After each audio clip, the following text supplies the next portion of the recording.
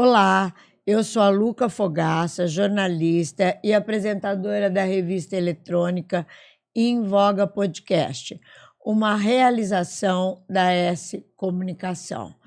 Hoje a conversa aqui, como diz o pessoal do estúdio, eu vou fazer uma consulta online. Estou aqui com a doutora Aline Moreira, que é uma dentista absolutamente diferenciada, porque você trata de assuntos muito atuais e relevantes, né?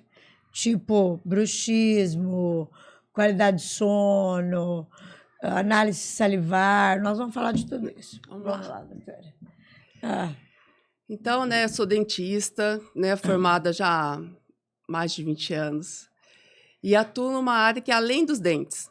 Antes, a odontologia era muito direcionada para a odontologia curativa, que tinha dor, ia para o dentista, tinha cárie e tratava. E cada dia mais a gente vem entendendo que a saúde geral começa pela boca. Então, não só a análise, você tem que ter uma boa função mastigatória, que isso vai interferir no teu bem-estar social, na tua qualidade digestória, na tua absorção de nutrientes. Então, a gente começou a olhar um pouco mais para a saúde do paciente. Então, eu comecei a me especializar em bruxismo e disfunção da articulação e dores orofaciais, e aí uma coisa vai puxando a outra. Tá. O bruxismo é aquele que fica rangendo os dentes à noite, é isso? Isso. Antigamente, o bruxismo era dividido em bruxismo de ranger os dentes e o apertamento de dentes. Hoje, não. Bruxismo é tanto apertar os dentes quanto Como ranger. Como apertar os dentes, fazer assim? Sim. Ou, às vezes, você nem precisa fazer tanta pressão. O fato de você estar tocando os dentes já é uma disfunção. Nossa, a gente que tem bicho fala que lindo, fica fazendo isso o tempo inteiro. Às vezes a pessoa fica, para concentrar, para trabalhar, tá tocando. Ou ela fica tensionando a língua contra os dentes. Então, isso é o bruxismo. O bruxismo ele pode ser bruxismo do sono e o bruxismo de vigília, que é o de dia. Então, para o bruxismo do sono, é mais fácil, às vezes, o diagnóstico e tratar, porque você coloca uma placa e você devolve a função, a posição de equilíbrio da articulação e protege os dentes. Mas para o bruxismo de vigília, é uma consciência corporal. Então, depende do paciente observar que ele está apertando e parar de apertar. Nossa, porque às vezes ele faz isso inconsciente. Inconsciente. Então, geralmente, o paciente não percebe que ele está apertando os dentes. Ele vai perceber a hora que ele solta durante o dia. Aí ele se pega com a língua tensa, com os dentes apertando. E aí isso acaba desencadeando, geralmente, mais para o final do dia, a dor de cabeça. Então, a cefaleia mais para o final do dia. Então, às vezes, se é uma cefaleia matinal, ela vai estar relacionada mais ao bruxismo do sono, que ele ficou apertando durante a noite. Dor de cabeça de manhã está relacionada... Ela pode estar relacionada ao bruxismo do sono, porque ele passou a noite contraindo o músculo. E aqui a gente tem todos os músculos. Então, quando a gente, antes também, atualmente, a gente relaciona a musculatura do pescoço e da face, não só da mastigação. Antes a gente olhava só para o músculo da mastigação e para o temporal, porque aqui da mastigação é o masseter e o temporal. São os principais aqui que prendem a mandíbula. Mas estão todos interligados, do hioide, que vem aqui para a base da mandíbula, o digástrico também é preso aqui embaixo, o esternocleido aqui. Então, tem o trapézio, porque se você fica tensionando muito para você estar digitando, você vai estar tensionando aqui e vai acabar desencadeando uma disfunção da posição da articulação. Então, uma posição de pescoço, a pessoa que fica muito mal posicionada, às vezes, que fica atendendo o telefone de um lado, Então, são disfunções do dia a dia. Isso prejudica prejudica a articulação da mandíbula, E aí vai desencadear, às vezes, um processo degenerativo na articulação, porque a gente pode ter na articulação da mandíbula artrite, artrose, cisto subcondral, diminuição de espaço. Na articulação, a gente tem um disco articular que protege ela, como a gente tem no joelho. Como tem no joelho. E, às vezes, esse disco desloca. Então, quando ele desloca, geralmente é mais para o anterior, o que vai acontecer? A hora que ele está aqui na frente, a hora que eu quero abrir a boca, ele esbarra e não deixa. Então, eu fico com uma limitação de abertura por conta de uma disfunção articular. Então, tratar o bruxismo do sono não é simplesmente colocar uma placa. Você tem que avaliar toda essa região, como é que está a estrutura óssea, para aí definir. Porque uma placa para bruxismo do sono também tem espessuras adequadas para cada tipo de condição que esse paciente está. Tá, para cada um é uma. Para cada um é uma. Então, tem vários, né? Então, eu trouxe aqui, né, uma plaquinha de bruxismo que eu fiz para criança. Dá para ver, João? Né? Essa da plaquinha para criança que eu fiz, que criança também tem bruxismo. Criança o ronco tem a ver com bruxismo, não? Tem também. Ah, então depois você me fala disso. Né? Então, a criança ela vai ter um acompanhamento. Então, essa placa de bruxismo ela vai precisar ser trocada mais vezes, porque ela está em crescimento. Às vezes, eu vou indicar ela para um ortodontista que faz ortopedia, para aliar ali um aparelho ortopédico para ajudar no bruxismo e no desenvolvimento facial. Né? Essa é uma outra placa aqui de bruxismo também. Né? Infantil, e aí eu sempre essa é adulta. Adulta. E aí essa é uma placa mista, que dentro ela é mais feita com uma placa soft, que ela é mais macinha, e por fora ela é o acrílico, que é rígido. Porque é importante ser rígido, ela ser plana, para eu ter o movimento liberado aqui. Tá. Né? E ser rígida, porque se ela for macia, ela vai acabar estimulando eu apertar mais. Porque é gostosinho ficar apertando. Meu Deus. E isso acontece muito com paciente de Invisalign, né? Que começa a usar o aparelho Invisalign e acaba desencadeando, às vezes, um apertamento. Né? Então, é importante ter esse olhar amplo do paciente para poder ter um resultado duradouro, sem ser uma coisa paliativa. Porque quando eu coloco uma placa, eu vou estar resolvendo, protegendo os dentes para ele não quebrar, vou dar uma posição ali de articulação de repouso, mas eu não estou vendo se já tem algum processo degenerativo aqui. Então, às vezes, a articulação ela vai tendo desgaste aqui nessa cortical óssea, ela vai aplanando. Ou essa lesão, essa cortical vai ficando tão fininha que causa lesões ósseas. Então, aí tem infiltração de medicamento feito para tratamento dessas lesões, né? Que a gente fala, essa rarefação óssea ali. Então, que é o que todo mundo está falando, eu não tenho osso para fazer isso, tem a ver, não? Não, esse osso para fazer, às vezes, implante é na mandíbula e na maxila, onde você faz o enxerto ósseo e geralmente resolve. Tá. Agora, na articulação, não. É como se eu tivesse um desgaste, como eu tenho no joelho. Então, às vezes, se eu tenho uma artrose, uma artrite em outra região do corpo, eu tenho, às vezes, pode ter também na articulação. E, às vezes, eu identifico na articulação e encaminho para o reumato para ver se tem alguma outra alteração. Então, geralmente, é um tratamento multidisciplinar. Então, assim, porque o bruxismo ele também pode estar relacionado à obstrução de vias aéreas.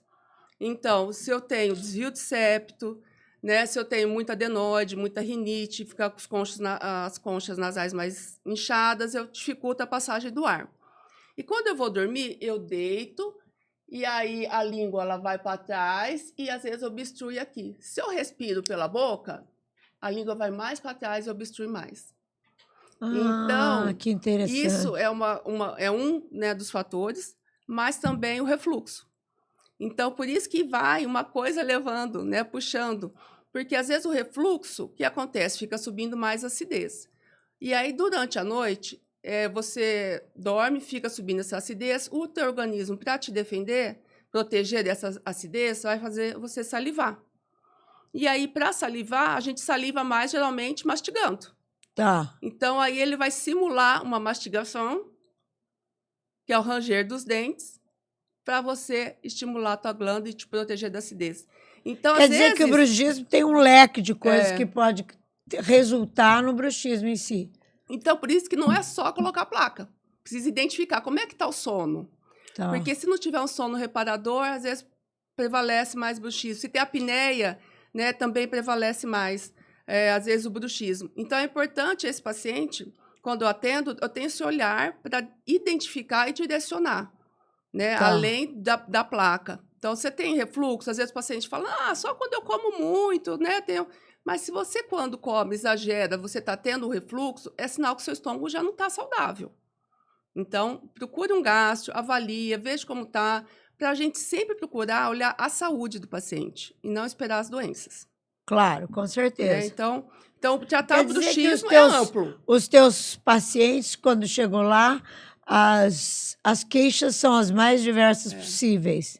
E, às vezes, muitas das consultas acabam chegando a sintomas que ele não sabia que estavam relacionados à saúde bucal. Então, quando o bruxismo está acentuado, já está há mais tempo, né? Porque como ele fica comprimindo a articulação ela perde espaço. É seríssimo o bruxismo, né? Ela perde o espaço articular aqui. Quando ele está comprimindo, ela vai perdendo a lubrificação. Tá. Né? Ela perde a lubrificação aqui, ela comprime ligamento e músculo que está aqui, né? E aqui atrás está o conduto aditivo.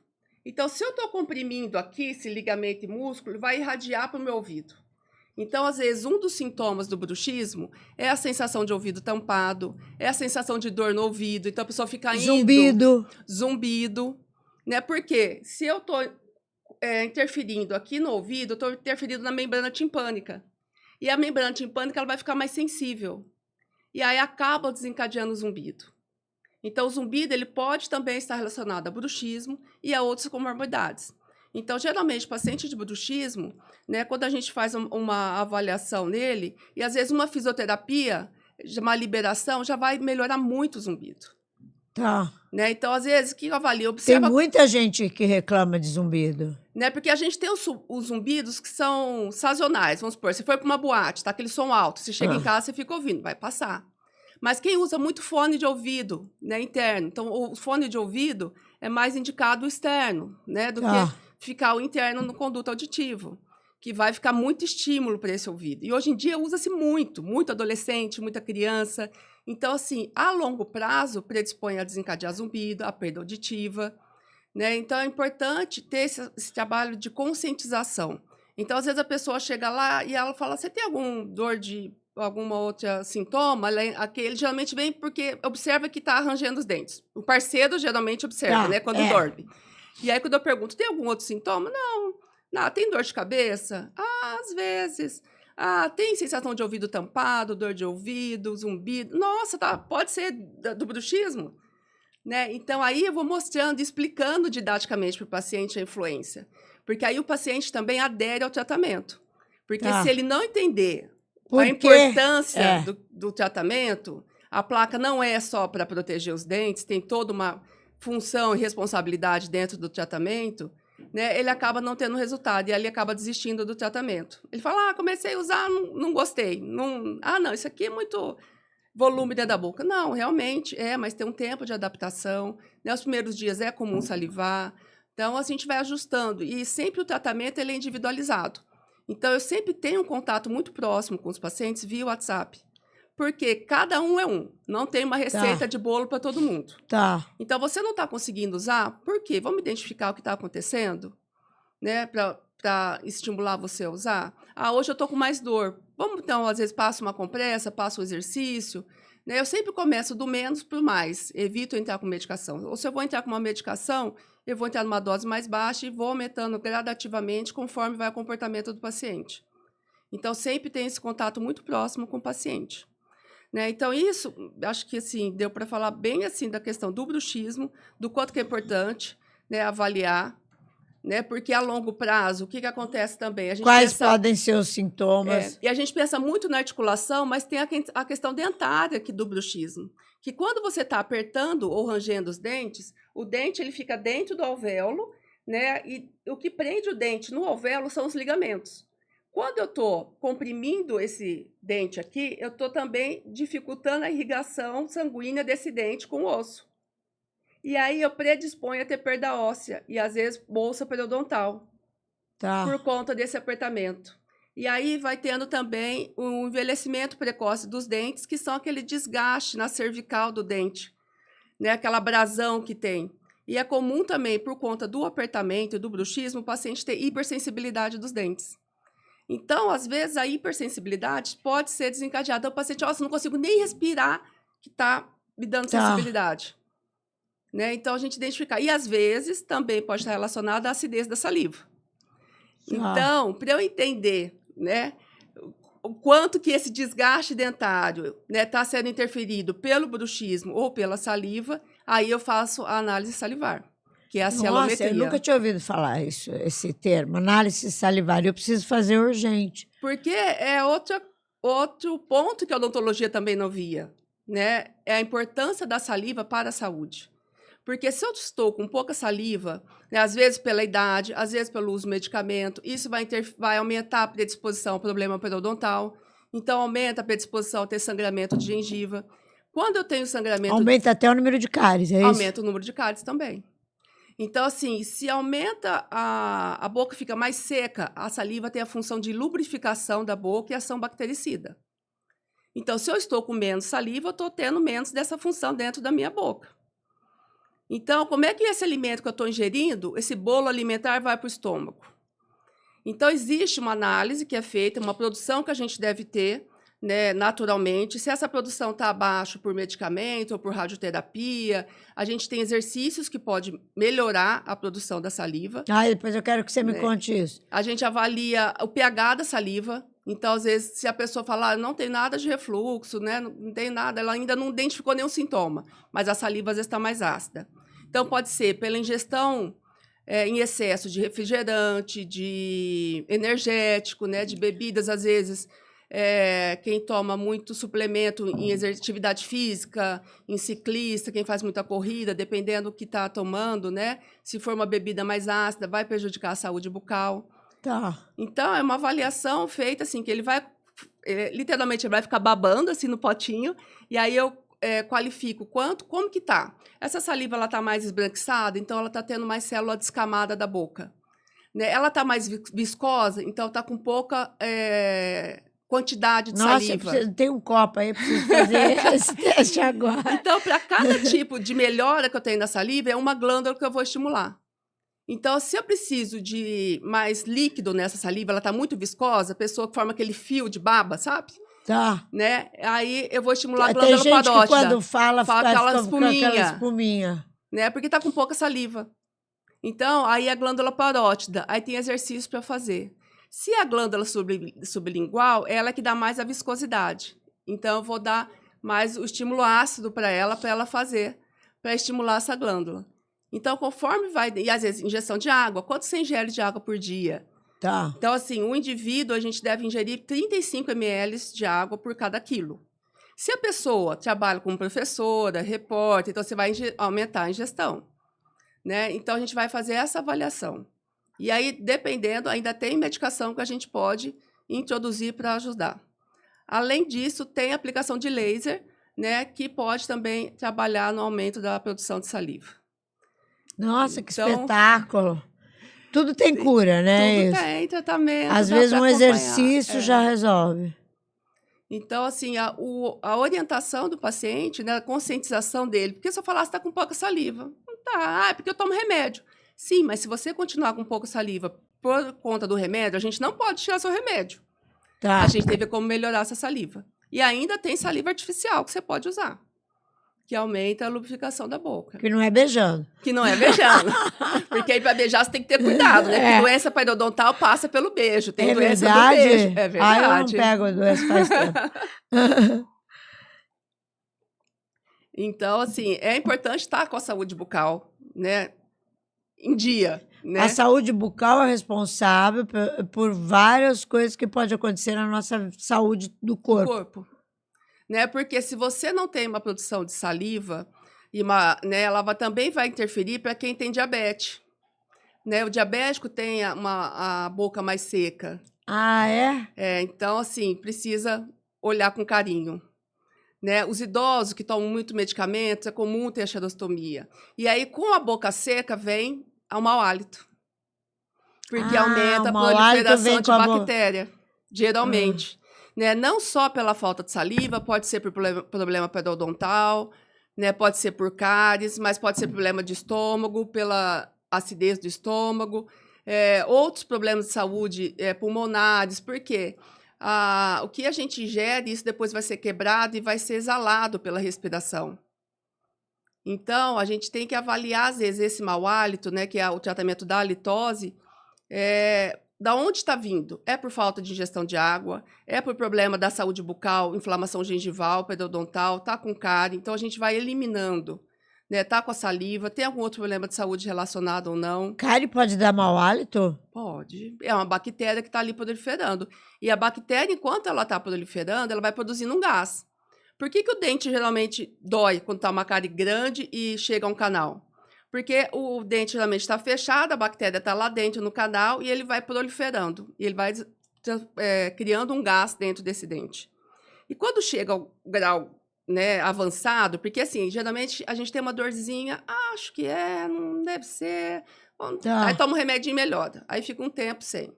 Aí essa dor volta um pouquinho a mais. A gente vai lá, toma de novo. Então, a evolução, ela é lenta. Então, se não tiver esse olhar, essa bactéria vai se reproduzindo, vai produzindo esse gás, até que fica uma bomba dentro do dente, né? Que a gente fala que o coração está batendo lá. Por isso. Porque a irrigação do nosso corpo vai toda para a região para tentar fazer ação anti-inflamatória e essa pressão interna dentro do dente. Então, quando você abre o dente, tira a dor com a mão, que a gente fala. Porque você liberou essa pressão. Mas se você, que acontece, às vezes o paciente não trata, não dá continuidade ao tratamento e fica essa bactéria lá. Corre o risco dessa bactéria ir para a corrente sanguínea e a pessoa ter uma endocardite por conta bacteriana que estava na boca. Então, esse sangramento gengival eventual também é perigoso. Então, para um diabético, se ele não cuidar da saúde bucal, predispõe a ele ter outros problemas de saúde. Né? Quem tem cardiopatias também tem que tomar cuidado redobrado. Porque, às vezes, o foco da infecção está vindo na boca. E a gente demora para se atentar, para olhar para isso. Nossa, você me descreveu aí. Eu tô aqui, ai, meu Deus. E é o máximo, assim, é encantador, porque conforme eu vou falando para o paciente, ele vai identificando, sabe?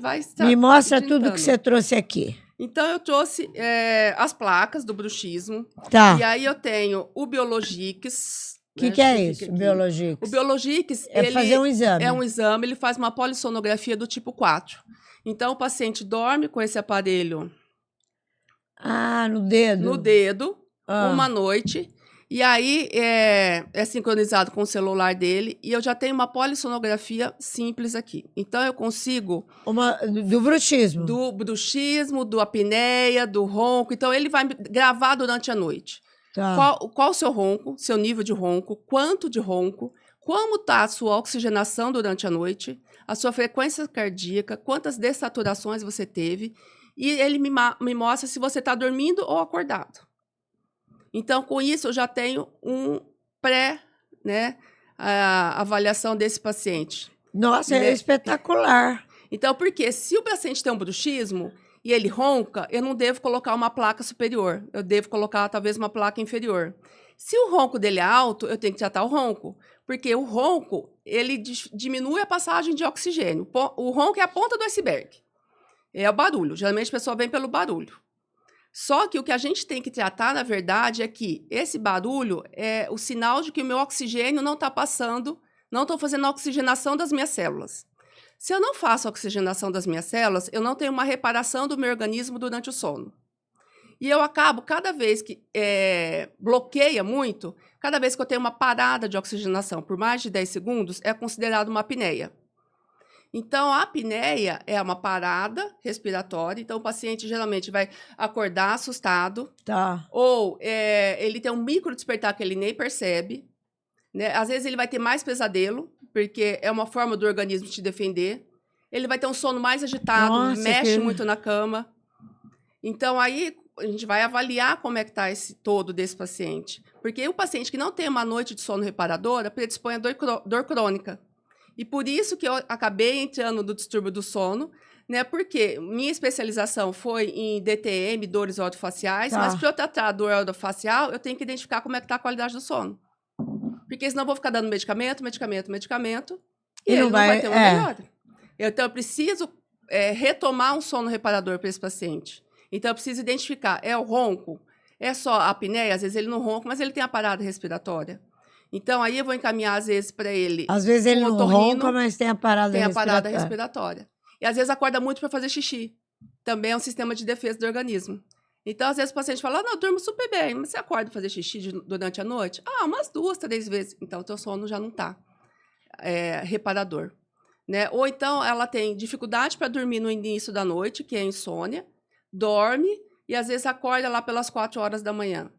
E aí fica dormindo, que a gente fala é o sono fragmentado. Tá. Então, um sono, né, uma noite de sono, ela compreende de 4 a 6 ciclos de sonos. Cada ciclo de sono vai durar de 60 a 120 minutos. E aí, eu tenho estágios de sono. Então, eu vou passar pelo N1, N2, N3 e o sono REM. Cada estágio que eu estou passando de sono, eu tenho uma função de reparação. Então, esse sono, N1, N2, eu vou ter mais uma reparação física. Então, para atleta que não tem um sono reparador, vai predispor ele a ter mais lesão muscular. O N3 faz a reparação do sistema glifágico, que remove todas as toxinas do cérebro. Então, se eu não chego no N3, porque eu estou acordando antes, né, eu não tenho essa remoção de toxinas. Eu vou ficar com mais radicais livres no meu cérebro. Tá. Então, eu vou aumentar a hipersensibilidade, né, eu vou predispor a Alzheimer precoce, eu vou ter mais esquecimentos, mais cansaço mental.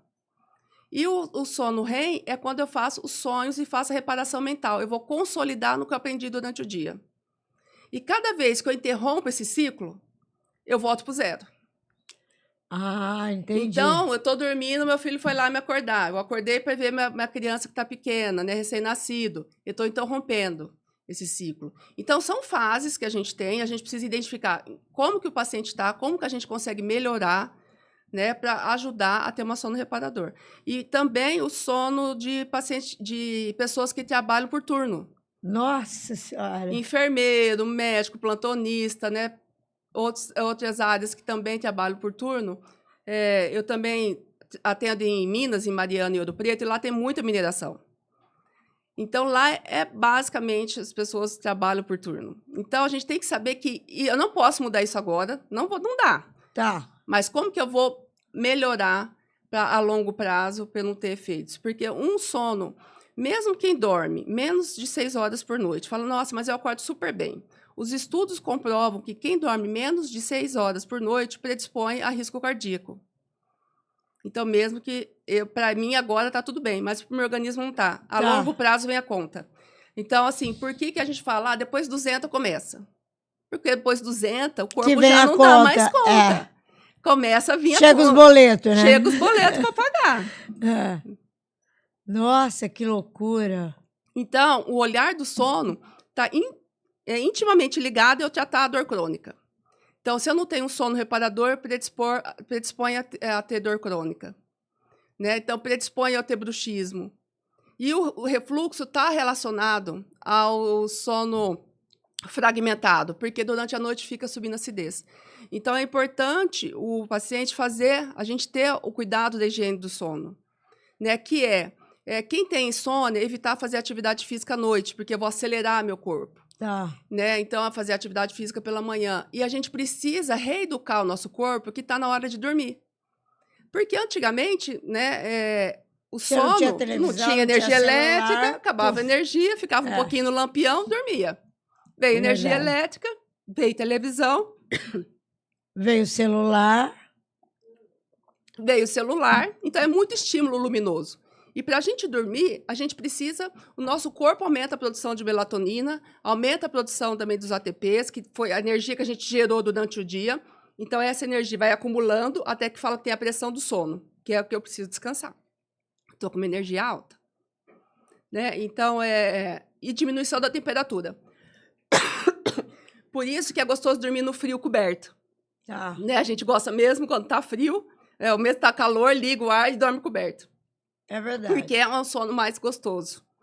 Né? Então, nesse calor de Rio Preto, a gente sofre muito no sono por isso, porque nesse calor dormir fica bem difícil. Né? É verdade. Então, assim, é importante a gente ensinar o corpo que está na hora de dormir, diminuir a quantidade de ingestão de alimentos.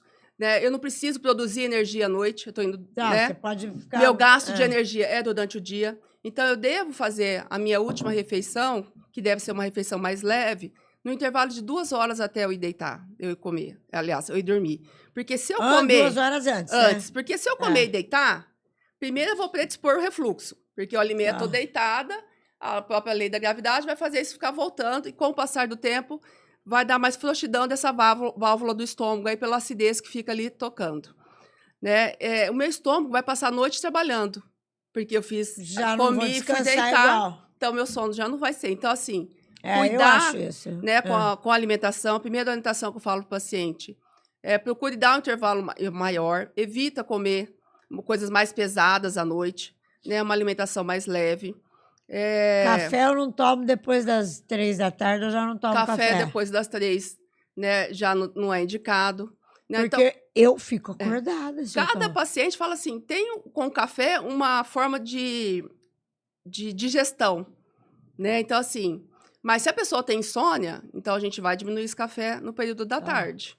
Né? Vai diminuir os cafeinados, Coca-Cola, chá mate, tem bastante cafeína, né? Evitar fazer atividade física e diminuindo a luminosidade. Então, eu também parar com o meu estímulo elétrico 1 hora antes de deitar, pelo menos. Tá, porque tipo, se eu tô com o desligar a celular, televisão 1 hora antes. Se eu tô na cama com o meu celular, aquela luz vindo pro meu olho, como é que que meu cérebro vai entender? Tá claro, eu tenho que ficar acordada. E hoje em dia, a ansiedade com que a gente vive, a gente acha que é deitar, virar a chavinha e dormir. E não é. Existe um tempo, né? A gente tem que dar esse tempo. E a cama tem que ser o lugar de dormir. Né? Porque a gente também vai registrar no nosso cérebro que aquele lugar é um lugar de repouso.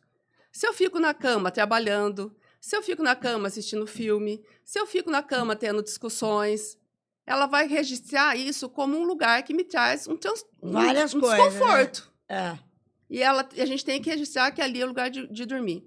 Então, quem acorda, né, e às vezes tem insônia, o ideal é ver que não vai dormir, levanta da cama. Vai para a cama quando você vê que já está indo para o sono. Eu faço isso. Porque só se você que eu vou fica pro computador, quer dizer. Aí já falou, pode trabalhar, né? Já acordei. Né? E às vezes vai para a sala. Lá a sala com a TV, lá lugar de estímulo. Na cama, não. Né? Então, a gente ir para a cama, faz a sua oração, faz a sua meditação, seu relaxamento. Né? Então, às vezes, você escutar uma música relaxante ou você escutar aqueles sons brancos, né, que induzem ao relaxamento, tudo bem. Mas se você colocar um rock para você dormir, dificilmente você vai conseguir. Vai ser complicado. Né? Então, assim, eu acho que deu para a gente dar um grande geral você tem né, do meu atendimento. Né? As consultas geralmente levam de 1 hora, 1h30. Com certeza. Para depois de toda essa conversa, é que eu vou sentar a paciente na cadeira e vou fazer avaliação clínica. E palpação muscular, ver quais músculos estão mais tensos. E você faz a análise salivar? Faço análise salivar. Que você põe o copo que ele fica babando, né? Para eu poder saber toda a relação. Porque, às vezes, só de conversar, olha o paciente, você não está produzindo muito nessa boca. A mucosa está avermelhada, você vê que a boca está seca. Então, vamos começar primeiro, ingestão de água. Vamos ver como é que tá. Eu adorei. Isso é ótimo. Que você vai voltar? Vou.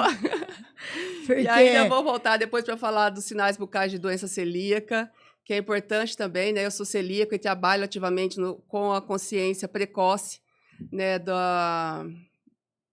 do diagnóstico. Às vezes a pessoa leva aí 13 anos para chegar no diagnóstico e as pessoas ficam esperando sintomas gastrointestinais e muitos estão relacionados a extraintestinais. Um deles é bruxismo, cefaleia, enxaqueca, pode estar relacionado à doença celíaca. Só faltou eu te mostrar a questão dos aparelhos de ronco. Que esse aqui é um modelo de aparelho, né, que ele é conjugado, superior e inferior, então a pessoa fica com a boca fechada, mas ele tem uma movimentação de lateralidade, né, e de anterior aqui, protrusão. E aí eu vou ativando esse aparelho para ele ter um máximo, né, para ele não retruir tanto, porque quando eu avanço a mandíbula do paciente, eu avanço a via aérea. E aí eu melhoro o ronco. Né? E tem esse aqui, que é um outro aparelho, que é uma técnica lingual, né, que aí eu vou ativando essa mola aqui e ela vai dando um apoio para a língua. Então, para pacientes, quando ele não consegue aderir ao tratamento do CPAP, em casos mais graves, esse aparelho do apoio lingual, ele é excelente, porque ele tem excelente resultado com a apneia.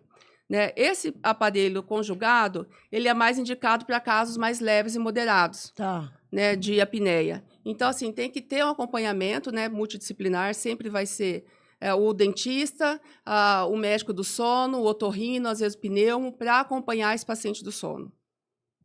É isso, acho que deu para falar tudo. E me fala uma coisa que eu quero perguntar. Se a pessoa ronca, ela deve procurar um dentista especializado, um médico, porque isso pode causar um monte de coisa na saúde dela? Deve. Então, você vai voltar aqui depois. Ó, despede aqui dos nossos... Obrigada pela oportunidade, é um prazer, né? Então, tem os meus contatos, né, do Instagram, que é a doutora Aline Moreira Dentista, e tem meu WhatsApp, estou à disposição para agendamento de consulta, para avaliação, para esclarecimento de dúvida. Gente, eu adorei essa entrevista. Eu vou fazer uma consulta rápida agora. Então, vou me despedir correndo. Ó, esse vídeo vai estar na íntegra no nosso canal no YouTube e no Spotify.